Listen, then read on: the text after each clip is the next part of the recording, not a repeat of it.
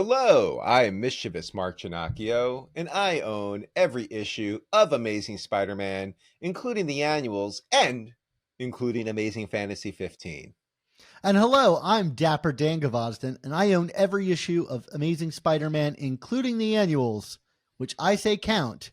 But for me, Amazing Fantasy 15 remains a fantasy. Thank you for joining us for this 7th episode of Season 6 of the Amazing Spider Talk, the show where two fans and collectors uncover the strange, fun, and fascinating history of the web of Spider-Man comic universe. If you want to swing along with us on our journey through Spidey's past, present, and future, subscribe to Amazing Spider Talk on your favorite podcast app. This podcast exists because of the support of our Patreon members. If you want to receive early episodes, exclusive artwork, and keep our podcast going, go to amazingspidertalk.com and consider joining our Patreon. It means a whole lot to us. We really do need the Patreon support to keep our show going. Yeah, Dan, and if you support us every episode of the season, which features artwork by comic artist Nick Cagnetti, that would be available to our Patreon members. It's unlettered in stunning high resolution. It's a real visual treat. But Dan, we've kind of done some new projects lately regarding our Patreon, or even heck, our non-Patreon. Why don't we talk to our audience a little bit about them? Yeah, Mark, just a couple weeks ago, we announced on Twitter and our various social platforms that we are creating our own Amazing Spider Talk Substack. Now, for if you guys don't know what a Substack is, it's basically like the newest version of blogs, so to speak, or newsletters, right? Every week or so, you're going to get an email in your mailbox from Mark and I of a full written piece discussing the latest and greatest Spider-Man stuff. You can also get the app for Substack, and it'll pop up there as a new thing to read. But Mark and I we kind of got to a point where we're like, hey, there's so many stuff, or so many things that we could talk about on the show that doesn't really fit within our show anymore. We used to do spider news and B title reviews and comic memories and stuff on our show, and just Mark and I have, kind of run out of time to meet up and do it as a recording together, if only because we live on different coasts and things like that. So we decided, it would be really easy just to have an ongoing written creation from us, which is how a lot of our listeners discovered us in the first place. And so we turned it into a Substack. Mark, tell us a little bit what some of the things that you're doing in the Substack. Sure, Dan. I mean, I'm not like Nick Spencer and like leaving Amazing Spider-Man to do Substack now, but the things you can find. I mean, look, rumored. Here's the deal. People who have followed me all these years, before even I was a podcaster with Dapper Dan here, I used to write about my chase to collect every issue of Amazing Spider-Man, which, spoiler alert, has been met, including Amazing Fantasy 15. But, Dan, this is how you found me. My blog to talking about my chase goes through like a lot of the nostalgia and like my mental mementos of collecting. We're going to start including that in the Substack again, with new and improved tales, if you will, with thanks to the passage of time, which has changed everything, and some other collector and Spider-Man nostalgia and history tidbits like This Week in Spider-Man History and Top 5 lists, because everyone knows Mark likes top whatever lists. And then we're also going to talk about B title reviews, right? Because we used to do the Swarm B title reviews. Sig Heil! Now we're going to do it in the Substack. So I don't know how to say Substack in Nazi German, but just subscribe to it and get your Swarm fix for sure. Yeah, and I'll promise you, no Nazi propaganda in the Substack. That is going to be completely not included in our Swarm B title reviews. Although you never know, Swarm might pop up here and there. I'm a little concerned about Swarm's ability, bandwidth to do reviews, since he's going to be spending so much of the next year in court fighting like 90 different felonies right now. But we'll whatever. We'll see what we could do there. Yeah, absolutely. And I'm sure the offerings will continue to expand from there. We've already had our editor, Alex Galucki, write a piece on the new Spider-Man 2 game, which I'm currently working through. But I know, Mark, you don't even own a PS5, so that would be difficult. So there will be guests showing up, I'm sure, to write stuff. We've talked about available Alan coming on and adding some things. And I feel like, Mark, as there is increasingly news about Spider-Man and his world, you and I will talk about those things on the Substack. Really, it's just going to be a place for all of the things that we don't have time to talk about on the show appearing in the Substack. And it will come out about every week or two. And it's totally free. That's the best part. It's completely and totally free. You can just click on subscribe there on the Substack page, and it'll get you right in there. So the best way to do it is to go to amazingspider.substack.com, and it will take you to the main page. You can click on subscribe, pop your email in, and boom, you'll get them in your email or your Substack app. You can also search for Amazing Spider Talk on the Substack app, and it will come up. It's awesome. I'm a big fan of Substack. I subscribe to a ton myself. And so I think it's really something special that Mark and I have to offer for everybody. So we'd really appreciate it if you go check it out. I'll also include a link in the description to this episode. And I think this is going to be the next big frontier for Amazing Spider Talk. So if you've liked anything that Mark and I have done up to this point, and hopefully you know that anything Mark and I do, we do with great care, the Substack is going to be no different. So anyway, that's about our Substack. We hope you guys check it out and let us know what you think. But in this season of the Amazing Spider Talk, we're going back to the mid-'80s when the Amazing Spider-Man title was handed over to one of the most legendary creative pairings in comics, who were just starting their creative partnership. That's Tom DeFalco and Ron Frenz. It was a time of immense change in the comics industry, but together Tom and Ron returned Spider-Man to its Ditko, hoo-ha inspired roots to create one of the most beloved runs on the title. Right, Dan. But in fact, today's show, we're actually going to be talking about the launch of one of the longest running Spider-Man B titles, which is Web of Spider-Man. Now, back in 1985, Web of Spider-Man replaced Marvel Team Up to become the third ongoing Spider-Man title being released from Marvel. We're going to be talking about why Marvel made this change, what they hope to achieve with the new title, as well as discussing our thoughts on the first run of stories and the title's lasting impact on the history of Spider-Man. Yeah, that's right, Mark. And if you'd like to follow along with our discussion by reading Web of Spider-Man, please know that Mark and I are going to be talking about specifically issues numbers 1 through 10 of the title, with light mentions of additional storylines after that point. This is going to be our Web of Spider-Man episode, covering that run almost in its entirety, which is to say, there's not a ton to talk about with Web of Spider-Man, and so we're going to kind of knock it all out here. I will say, though, many of these issues, specifically 1 through 10, and many of the other ones from the run, aren't available on Marvel Unlimited. There's a bit of a spotty, record there. It's like issue 1, issue 5. It's very a little bit like spotty all over the place, and many are not available in Marvel's digital store.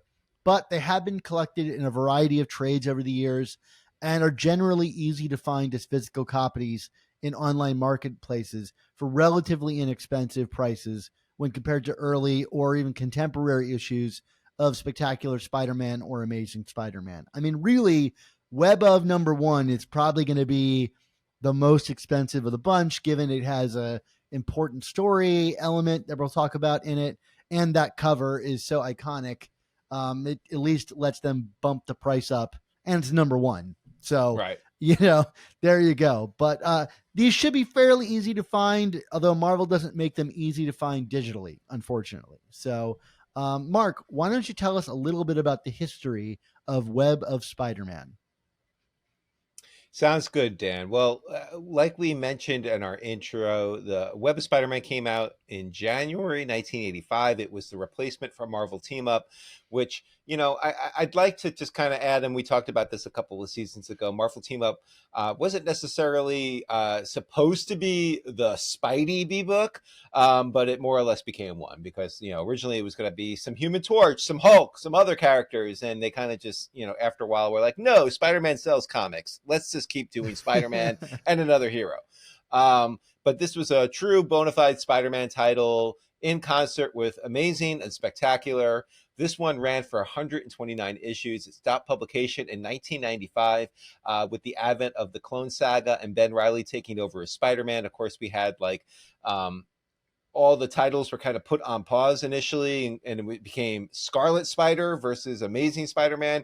But then when people complained and hated that, they brought those legacy books back, but not Web of Spider-Man. The very first issue that Dan mentioned, which is probably, like you said, the most expensive one, Charles Vess did this very iconic cover. We did a riff on it for art for our Patreon members this current season. So, you know, plug Patreon. Charles Vess also did issue number 8 of Web of.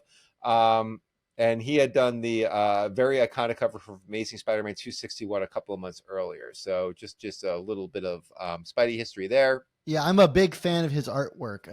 There's a Spectacular Spider-Man, I think it's 196, that has like a fold out painting done by him of black suit Spider-Man blasting away from the Hobgoblin who's trailing behind him. Charles Vess is just a really beautiful artist, did a couple Spider-Man things. I think they even did like a Marvel Masterworks book that featured his artwork on Spider-Man. But obviously the Web of cover is like one of the more iconic covers of a Spider-Man comic. And, you know, if anything, that sets Web of aside from other books is that it really kicked off with this killer cover. Yeah, for sure. And Louise Simonson and Greg LaRocque, they actually scripted and penciled the first few issues, which, you know, the very first issue was used to tie a bow around the Alien costume saga that had ended in Amazing Spider-Man 258 and kicked off, obviously, the DeFalco Frenz run that we are discussing this season. Those 3 issues were edited by friend of the pod, Danny Fingeroth. But then he gave way to Jim Owsley / Christopher Priest, another friend of the pod. I mean, maybe not as repeat as a friend as Danny is. But of course, Christopher Priest had just been named Spider Book editor as a 20-something-year-old. And it's important to note that Danny would write a large number of issues of Web of. A practice of having editors write books is something we really don't see today, probably for good reason. Which isn't to say that Danny's a weak writer, but it just, you know, it's just something to note.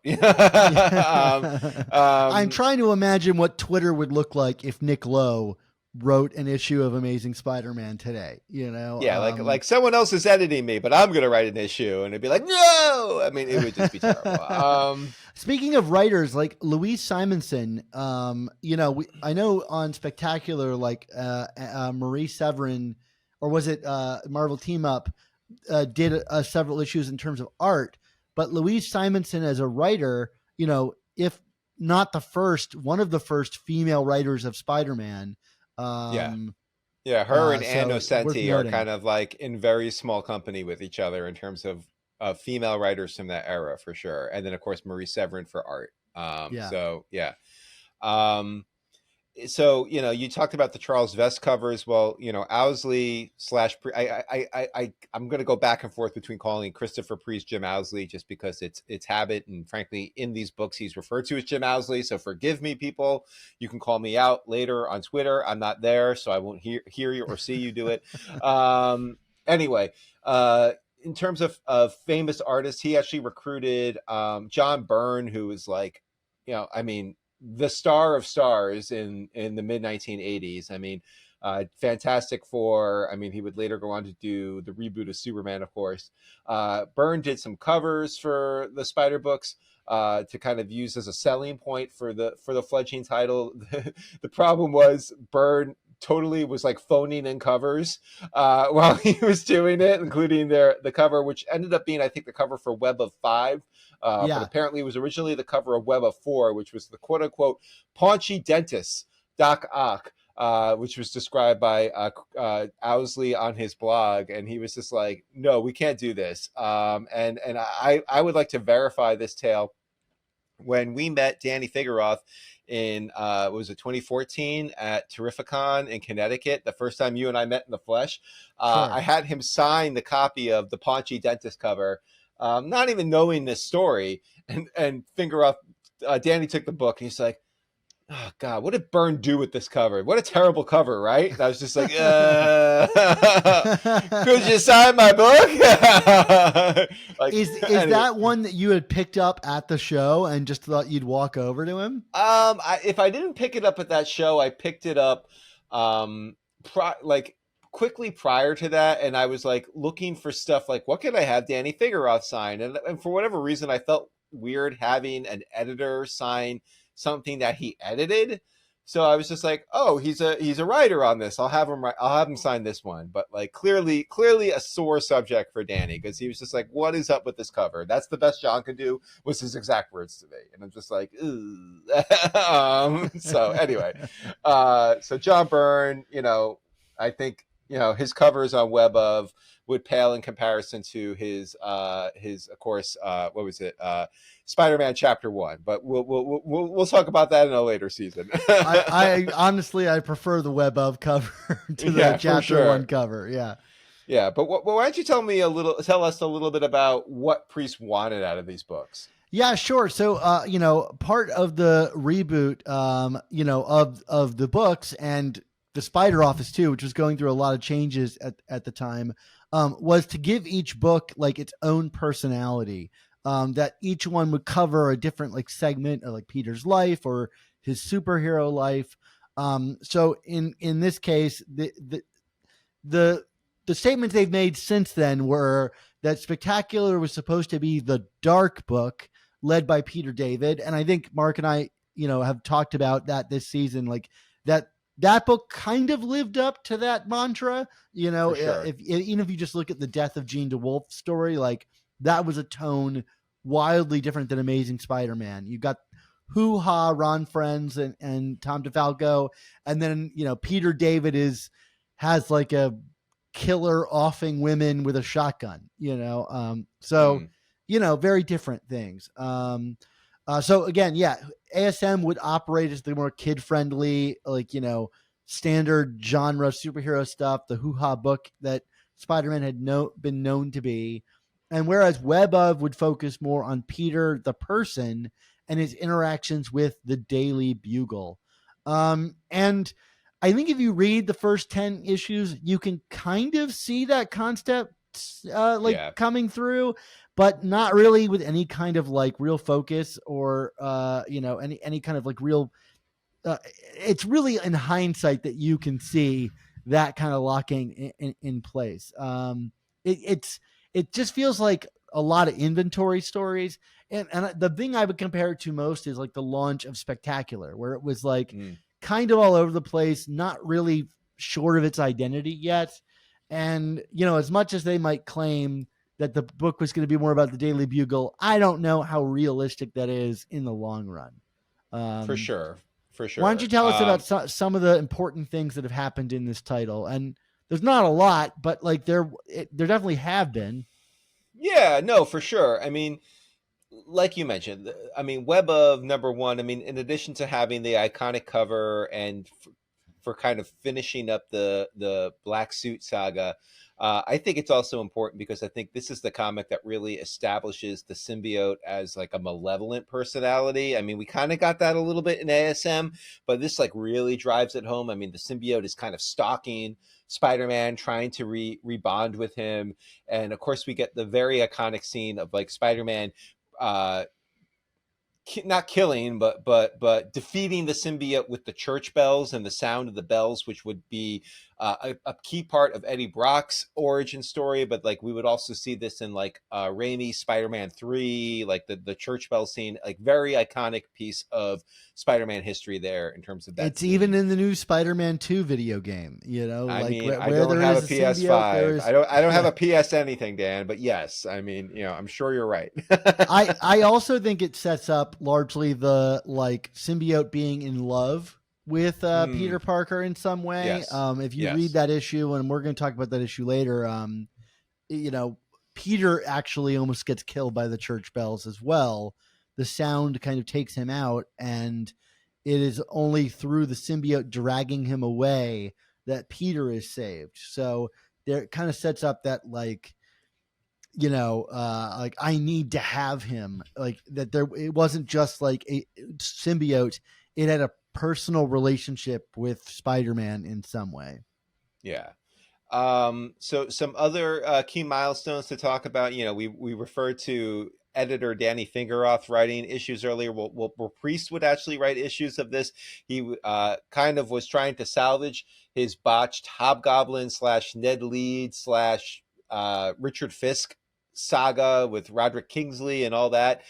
In this story, also some Spider-Man Wolverine fallout, until he was eventually fired from Marvel and didn't reappear until years later, where he very famously wrote Black Panther.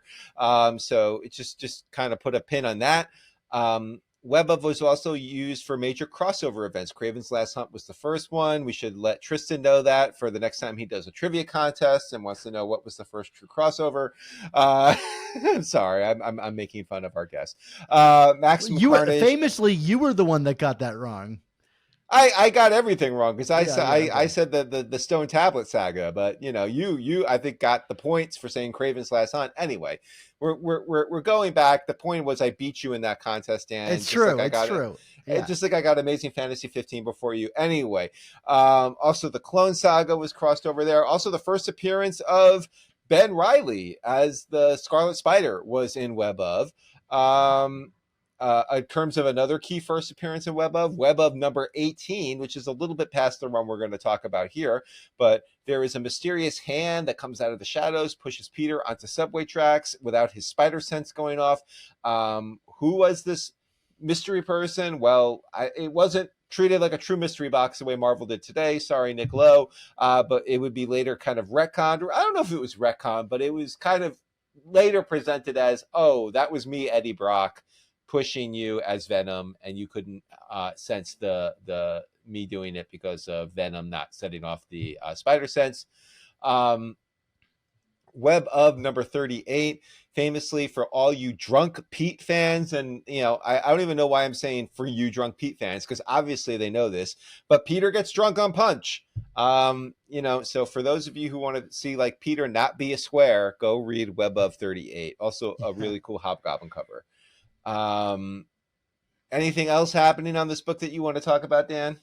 Yeah, well, I mean, after the initial issues that we're going to talk about, like eventually there would be, some longer runs from creators on this book.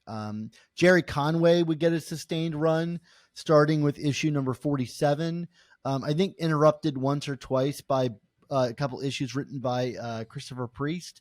But he, I think, credited as Christopher Priest there instead of Jim Owsley. Okay, interesting. Yeah. But he got about, I think, like a 20 or so issue run alongside artist Alex Saviuk. I know the first artist you ever read on a Spider-Man book, and really, I would say like Alex became the mainstay artist on Web of, like it became his book. I think if there's anybody that I associate with Web of, it's Alex Saviuk. Because he did, I gotta say, at least I think he did at least 50 issues of the art on this title. I haven't counted them up, but like there was a long period there where writers would change, and Alex was always the constant collaborator on Web of. I do think the Web of work from Conway is probably considered his weakest run that he did across Amazing, Spectacular, and his more modern stuff. I don't know how you feel about that. I mean, there was some fun Tombstone and like Lobo Brothers stuff, but like a lot of that was stuff that was crossing over with Spectacular that Conway was also writing. I do agree generally with that statement that like Web of was kind of like the redheaded stepchild, if you will, of the three Spider books with when Conway was on it. Yeah, and Terry Cavanaugh had a long run on the title. Not, I don't think as long as Jerry. Well, maybe just about as long as Jerry's. And Howard Mackey as well. Those two like to like traveled together. But Terry kind of had a much more sustained presence as like a maybe like the third most active contributor to the title. Issue 100 famously saw the debut of the Mark One armor, Mm. which is the like disco ball suit, as some people put Disc, it. Disco Ball of Justice. Yes. Continue. It's not Sorry. a good issue of Spider-Man, especially as a 100, but that suit has gone on to spawn many other suits and be in video games and all this stuff. And then, pertinent to our show and those people who love them, Terry Kavanagh introduced the villain Facade in a story, and this kind of put Web of, I think, back on the map a little bit. There was just an interesting mystery going on there, but famously that mystery never got an end, and we never found out who Facade was. Dan Slott poked fun of that during, I think it's like one of the Time Heist stories. But yeah, it got this story which like killed off several major characters, got no end, no reveal, because it got interrupted by the Clone Saga, and then the Clone Saga interrupted the publication of Web of because it would never come back, and Web of was canceled or just let go. I mean, obviously, there's been an issue here or there. There was a .1 issue that brought Web of back in the 2000s, and then there was a volume 3 of Web of, which was tie into the Spider-Man ride at Disneyland and Disney World, but those are all really separate things from the Web of that we're talking about today. Absolutely. And I do want to add, for Facade fans, we did get some resolution there in terms of Facade was part of what was stalking Dan during our serial saga. So there you go. It was, yeah. You're like, which was funny because that was part of the reason why you thought maybe I was a suspect, because you were like, no one knows Facade except for maybe you, Mark. And I'm just like, what? No, I don't even know Facade. I forgot about Facade. What are you talking about? Well, it turned out that the annual series, the Facade came up because the guy pretending to be Norman Osborn heard me mention Facade. So truly, I was my own worst enemy throughout much of that series. And again, a plug for the 4 episodes of Annual on our show, which I still remain immensely proud of. Yes. If you haven't listened to them, go check them out. They're very odd. But Mark, let's talk about the first few arcs of Web of Spider-Man. We're going to go through the first 10 issues, talking about what kind of stories we're getting, what we think of them, and do we think it lived up to having its own unique identity through these issues? Sure, Dan. And I'm going to try and speed around this a little bit because I don't think anyone wants to hear us like totally recap this. But obviously, Web of #1, we talked about that a little bit in our intro there. I would probably deem this the most significant issue of not even just the inaugural run that we're going to talk about here, but probably all of Web of Spider-Man. I mean, it certainly has the most like standalone value of any issue of this series. Obviously, the legacy of the symbiote is pretty strongly laid out here. That church bell scene, again, it's very famous. It's even in video games that I don't play. And of course, the cover, which is just a beast of a cover from Charles Vess. I don't know what else we could say about that, but then it kind of immediately feeds into Web of 2 and 3, which is the other 2 parts from Louise Simonson here. And this is, I find this to be a very cute old school story. It's Peter. He's trying to get a hat for Aunt May, right? I mean, like, who was it? Peter Jenkins, who talked about like the blueberry pie concept. I mean, this is the blueberry pie concept in full form, right? Yeah, exactly. Yeah.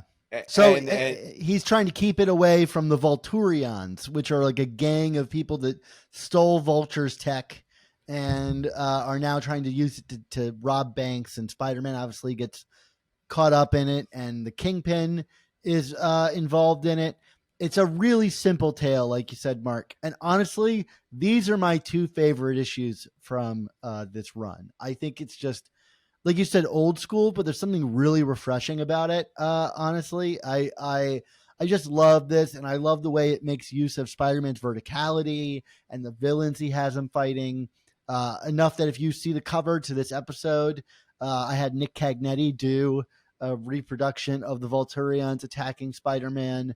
I think this lays the seeds for all of the various vulture gangs that we would end up getting over the years. I'm not sure why the Volturians themselves have never really returned. They're kind of Right. a cool group of villains. And I just think it's a lot of fun.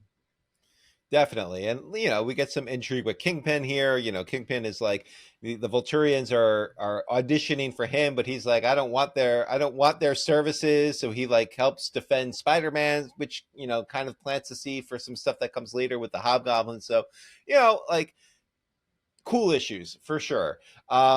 Web of 4 and 5 is kind of the big follow up with Doc Ock, and the Owl Octopus War arc that we talked about a bit last season. After Spider-Man rips off Doc Ock's arms and kind of leaves him paralyzed in fear of Spider-Man. Well, it's not totally paralyzed. And so Danny Figueroa is writing these 2 issues. John Byrne is doing the covers, but just the covers. And like, hey, it's a Spidey Doc Ock story. I mean, like, it's not all just like new characters or like, C-level villains. I mean, it's cool. And then, like, frankly, Web of 6 is a big crossover both with Secret Wars 2, which, I mean, if you thought Secret Wars 1 was kind of a toy book and a waste of time, I mean, Secret Wars 2, let me introduce you. Hold my beer. But hey, I mean, big Marvel line crossover. And also, it was like the first part of a 2-parter that carried over into Amazing Spider-Man 268, which is kind of the Goldfinger storyline of Spider-Man. Everything is gold. And Spider-Man finds a golden notebook at the end of this issue, which kind of sets up the ASM issue, which I actually like that ASM issue from DeFalco and Frenz, because it's like, I think, a very kind of, how do we tell a Spider-Man story in the context of this larger event and keep it true to form? And I feel like this one does it, because he's super conflicted about having this gold notebook and turning it in and getting money and taking care of his Aunt May and doing all the things he knows he shouldn't be doing. I mean, it's a quintessential Spider-Man conundrum, and it's all set up with this web of issue. Yeah, and What? if I can say, like, I think Web of 1 through 6 is a really solid group of comics that really, like, if I were reading it then and those are the first 6 issues, yeah, they're a little all over the place. There's different writers and different artists, but I think it would have sold me on the importance of this run to the world of Spider-Man. I mean, Yeah. not only are they using major villains and having major updates to the status quo, I also think all of these stories really understand how to use Spider-Man in them. They all have like a very Spider-Man lesson in them, whether it be, how like legal or morally righteous is it for me to steal this notepad, or the Doc Ock story, which is like really establishes the psychic connection between Otto and his arms, and has a really like really big stakes event going on. Mm. Does it feel cohesive? Does it feel like it has its own identity? No, it feels like it's just another Spider-Man book. But that's just to say, like, how on fire the creative teams were in the mid 80s in terms of Spider-Man. If you were to ask me, and I think we've said it before on the show, like, this is kind of like peak Spider-Man, to me. It's like and the status quo is there to reinforce it, like Mary Jane's back in the picture, but they're not married, and it's still up in the air. His aunt and him were on the outs, and maybe he's restoring that. He's like living in an apartment building that is like coming after him for rent and also getting burned down every other week. It's just kind of a great time for the character to like really land, I think, at kind of the ideal spot. And so these stories just feel very natural. They're very about Peter Parker and how Spider-Man interrupts his life. And I'll admit, like rereading them this week for the show was really refreshing. I enjoyed these first 6 issues a lot. Yeah, yeah, no, for sure. It was it was a fun stroll down memory lane for me as well. Now, Web of Seven. So here's the deal. Like, I actually thought this was kind of a fun, well written issue. Totally. But like, also, this is kind of, I think, the to your earlier point, like, I don't want to say a turning point for the series, but like, this is where it really starts to feel inventory-ish to me. Felt to me like from this point on, it feels like we start getting Marvel team up stories that were sitting around and got a slight adjustment to be not as team up focused. Like they have Spider-Man, but they don't feel like they're quintessential Spider-Man stories. No, and so Web of Seven is Christopher Priest gets Peter David to write this one, which I shouldn't say he got him to write Web of. Like you said, I think this is a story that was sitting around. I think, Yeah. like, probably didn't fit into Spectacular based on what Peter David was doing there. Peter David, of course, was like a favorite of Christopher Priest. Like, he loved Peter David. Wanted to give him like every job he could, basically. So like, they took this story. It's this dream issue with Nightmare, and like the Hulk is in it. Like I said, this is a good, I think in a vacuum, it's a good story, but like, this totally feels like, and you're gonna get like triggered by this, Dan. It feels like it could have been an annual. Yeah. You know what I mean? Like I just don't know what the story is outside of the like, only thing it's missing from making it an annual is that like the Hulk and other characters are in the Nightmare. Whereas if it was an annual, it would be Spider-Man haunted by his greatest rogues in of the course. Nightmare. And like that would be what made it more Spider-Man-y. And there is like a somewhat perfunctory ending to this story that like tries to make it Spider-Man. Like, he's in this dream, he's protecting this mysterious stranger who is very clearly Nightmare from the start. And the minute he saves him, Nightmare's like, I'm not going to let you go. You're going to be stuck in this realm protecting me because your sense of responsibility is so strong. You won't let me get hurt. And that's about the only Spider-Man-ish thing in the issue, is that, hey, you have a passing familiarity with the Hulk and you have some responsibility behind you. Yes. Also worth noting, I think this might be Peter David's first Hulk story. Peter David, of course. Yeah. So Peter David, of course, would write a lot of Hulk in the 90s. Don't hold me to that, people, but I'm pretty sure, if my timeline is correct, this is Peter's first Hulk stuff. So, that's I'll cool. also say, like, for an issue of Spider-Man, it's funny because Spider-Man's not even really on the cover. Like, it is a Hulk cover, It is a which Hulk maybe cover, goes to your inventory story ideas, that like they had even a cover around and they just changed the corner box to be Spider-Man. Yes. So Web of 8 and 9 is when I think this book, for the first time, really tries to take on the this idea of like, oh, well, let's make Web of distinct from the other two books, not just another Spider-Man book, but like the book that focuses on Peter, the reporter, the photojournalist. Like, this is like, and this is also David Michelinie's first writing of Web of. It's not his first Spider-Man. He did some Marvel team up prior to this.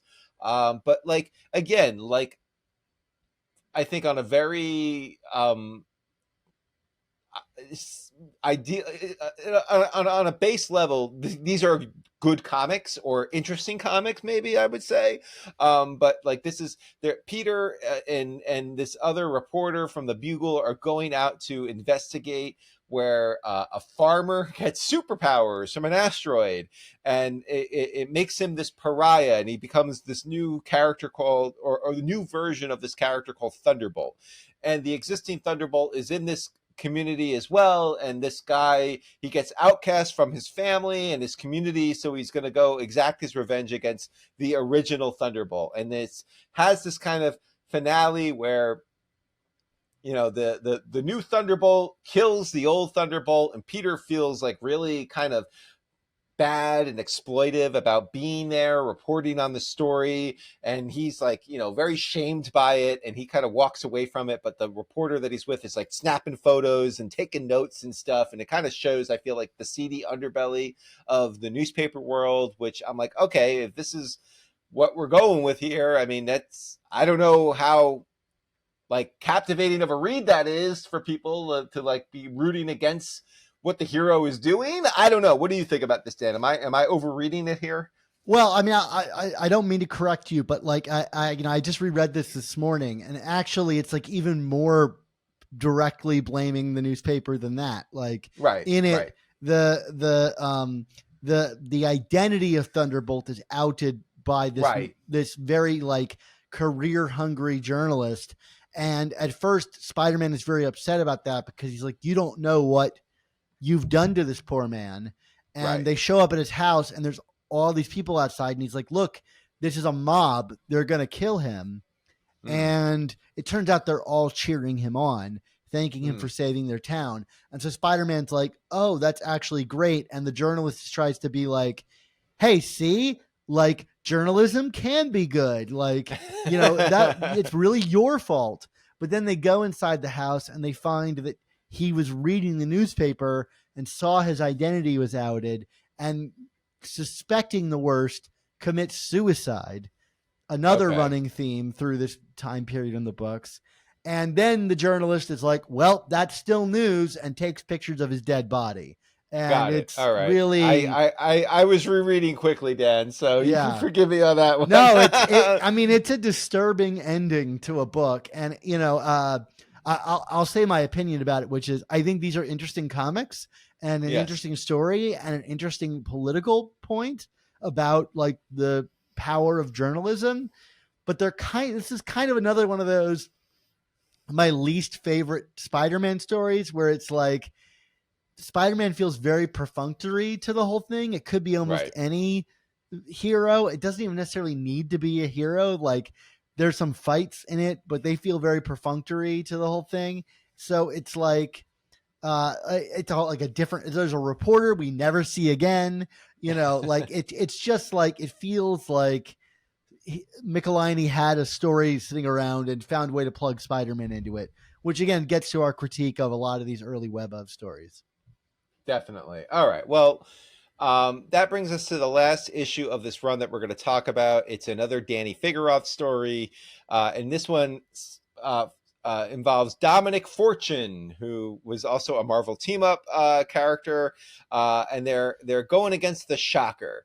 I actually read some analysis of this story online, and Fortune is getting like hunted by the mob basically, and there seems to be kind of like some Nazi undertones to this mob, to the mobsters here, and they were talking about how like Shocker, because it's Herman Schultz, maybe there's like some like anti-Semitism going on. I mean, like, I don't know, Dan.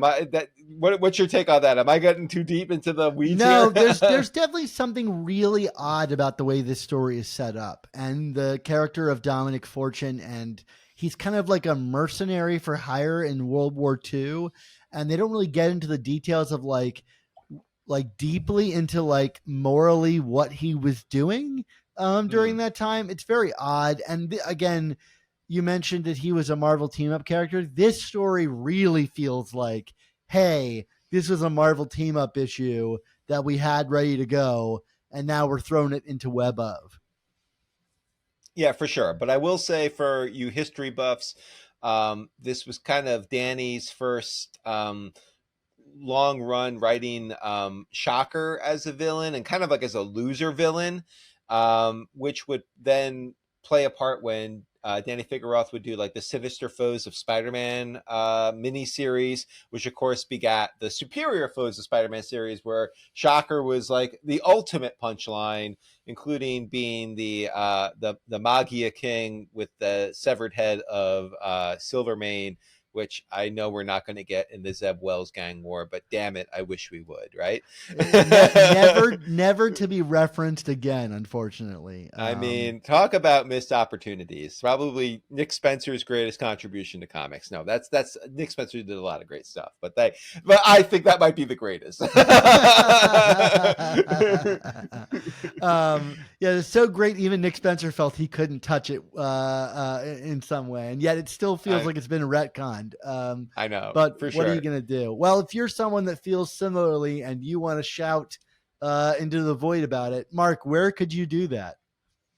Well, one of the places could be the Slack. Hundreds of listeners like you, Dan Gavazin, hang out in our community of Spider-Man fans on Slack.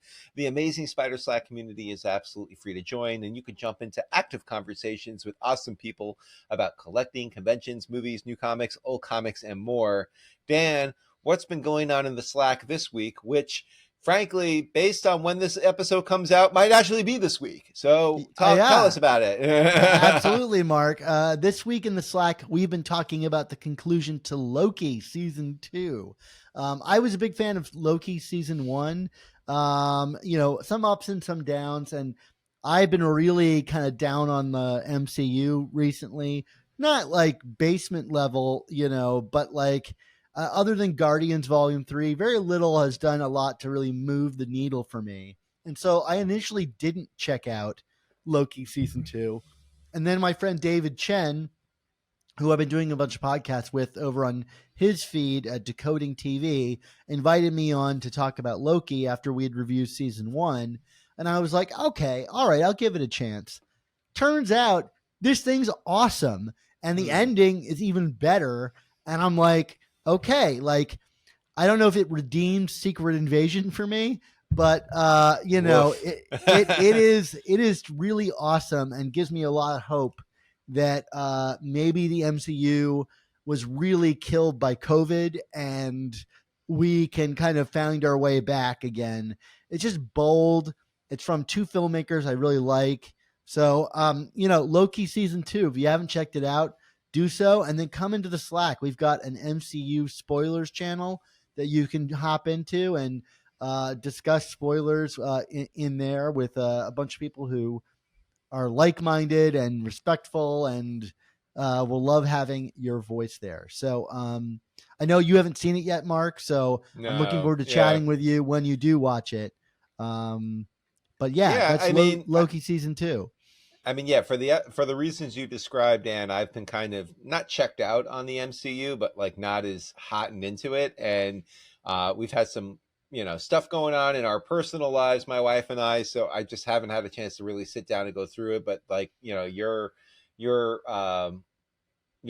adoration for it makes me want to check it out. So we will probably be watching it sooner instead of later. Awesome. Well, if you want to join in our conversation, again, come check out our amazing Spider Slack.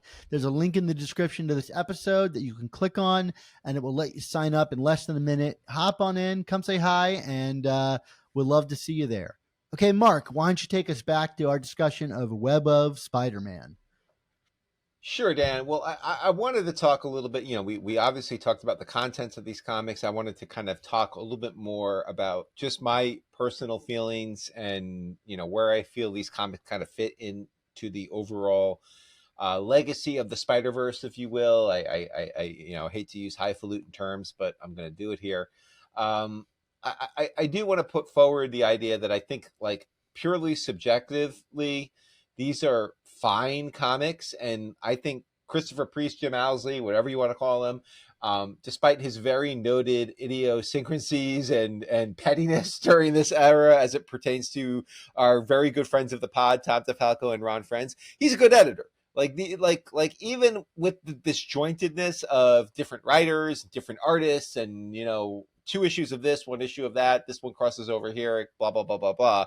Like, these are well put together comics, like you cannot say that these are rushed together and don't make sense, like every comic has a very cohesive beginning, middle, and end.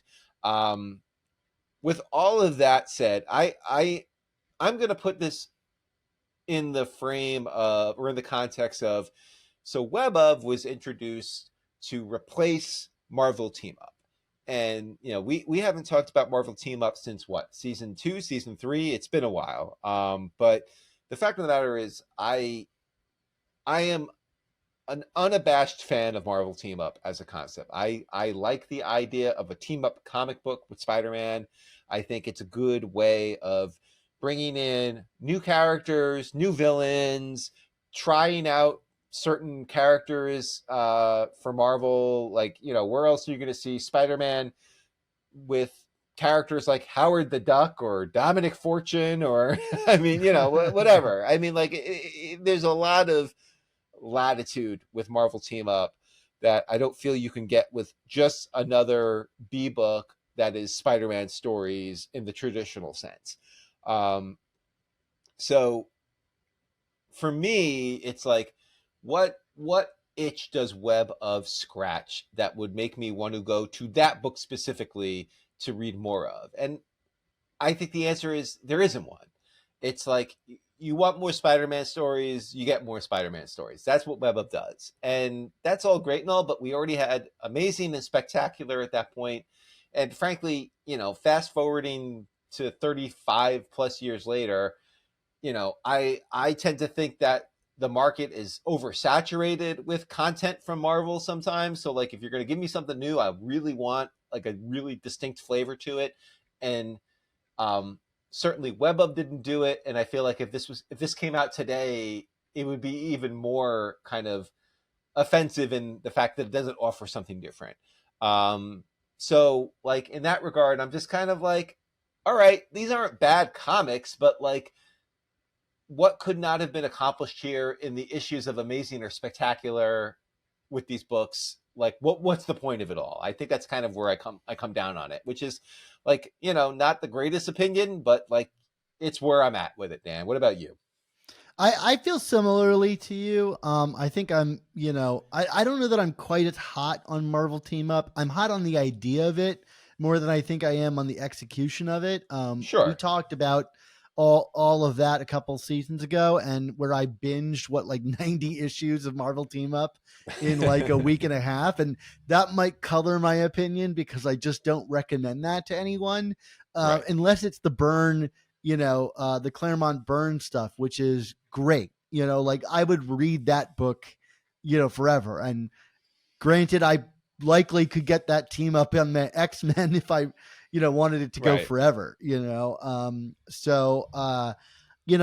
don't know that, I mean, it definitely lived up to its potential in regards, there were a lot of different characters teaming up, but I don't feel like a lot of those stories felt very Spider-Man-y. And versus this book, like I already said, the first 6 issues to me feel very much like Spider-Man stories. And I think the overall run of 127 issues of Web of, there are a handful of like really solid Spider-Man tales. But when I compare it to something like Spectacular, I think it has just as shaky of a start as Mm. Spectacular did, where it was trying to figure out its identity. And I don't know if Spectacular ever really figured out what its identity was, other than like more Spider-Man, but it definitely had like significant runs on it that I think make people remember the title more fondly or feel like it had its own identity. I'm thinking specifically of like the JMD, Sal Buscema era. You know, even though Marvel won't collect it, people really hold that up as like a peak Spider-Man run. And, there's some great names on Web of. Alex Saviuk is like a favorite Spidey artist. He did a lot of the stuff in the newspaper strip for a long time and has that real Romita-esque flair, and you got Jerry Conway, who's not a lightweight either. But I don't think any of the stuff they ever did really on this title ever really stood out, and so it didn't really ever establish an identity in the way Spectacular seems to have after the time. And maybe it's just because it was the third Spider-Man book, and we aren't even talking yet about the 90s where we reached peak Spider-Man concurrent titles between Amazing, Spectacular, Adjectiveless, Web yeah. of, Adjectiveless, and you And name on and it, what on. else? Yeah. Yeah, and on and on. So that it was struggling this early on, and that to compete with like a book that had the hottest artist in Marvel or in comics on it, it just never got the real true footing to launch. And yet it still ran for 100 and nearly 130 issues. So it's nothing to like scoff at. It was just kind of always was the like third or fourth Spider-Man book, and it got the third or fourth Spider-Man talent on it. And you know, I don't think there was ever a point where people were like, Web of is the hotter book than Amazing, like that people often say about Spectacular. Like the really great stories were in Spectacular, not in Amazing. Right. So that's kind of how I feel about it. I've read through the run like once, and there's a handful of stories I'll return to, but mostly it's just kind of like, oh, okay, like some fun stories in there, and facade is a thing I like to make jokes about. So there you go. It is funny to me, like I know I mentioned a few minutes ago that it feels like it's like even now I feel it's like an oversaturation of content sometimes, but at the same time, like I don't think a book like this gets published today. Like even an oversaturation, it's just too samey and inventory ish, if you will, to get done. I mean, we had like Chip Zdarsky's Spectacular, and even that just felt very distinctively different than what we were getting in Amazing, and same with like today with spine tingling Spider-Man, or with Friendly Neighborhood Spider-Man when that was coming out a few years ago. It felt just very different. This is The like, only thing I could compare this to is maybe like the symbiote Spider-Man books that Peter David mm, was doing, where it just felt like it's a Spider-Man title that features Spider-Man doing random action and villain fights. yeah. Like it didn't tie into a main story. You could ignore. I mean, I collect almost every title, and I just don't know that I have like the bandwidth in me to go like I got to collect those because they really feel perfunctory. Yeah, for sure. Yeah. No, excellent. All right. Anything else you want to say about Web of for the good of the order, Dan, or do we want to get to the finish? No, I mean it's an interesting title, and with some interesting stuff. I would, if you never read it, read the first 6 issues, check out the Jerry Conway run, Mm, and maybe the stuff leading up to the Clone Saga is interesting in like a historical perspective. But yeah, it's not one that I'm like I mean I nearly own every issue of it, but I'm not like it's not like a super hot collecting thing for me. It doesn't hold a lot of nostalgic memory for me. It's Web of, man. Chasing Web of, my new blog. No, I, I kid, I kid. Well, on that note, it's that time where, of course, all good things must come to an end. So we want to say thank you to you, the listeners and viewers, for tuning in to this episode of the Amazing Spider Talk. Yeah, this podcast exists because of listener support on Patreon. For only $3.99 a month, less than a current issue of Amazing Spider-Man, you can help support our show's existence while getting early episodes. Mark, that number is going to age rapidly as we begin to compare the cost of a new comic versus our subscription model, which was meant to mimic the cost of a new comic.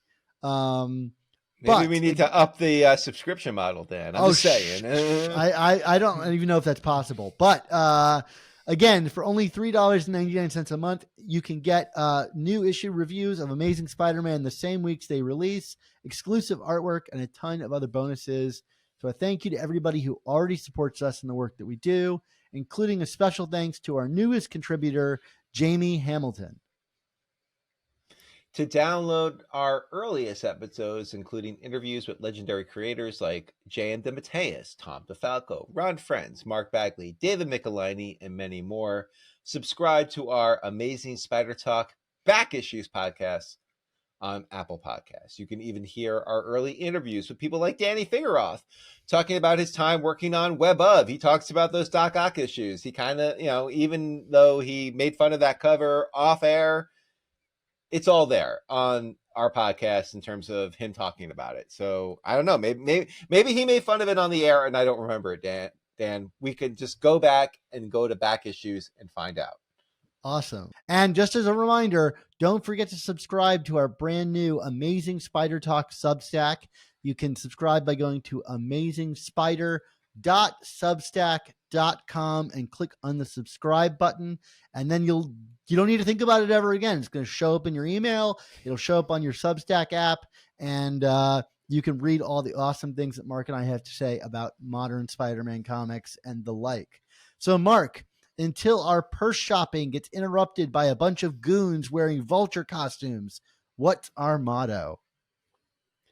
With great podcasts, there must also come the amazing Spider Talk.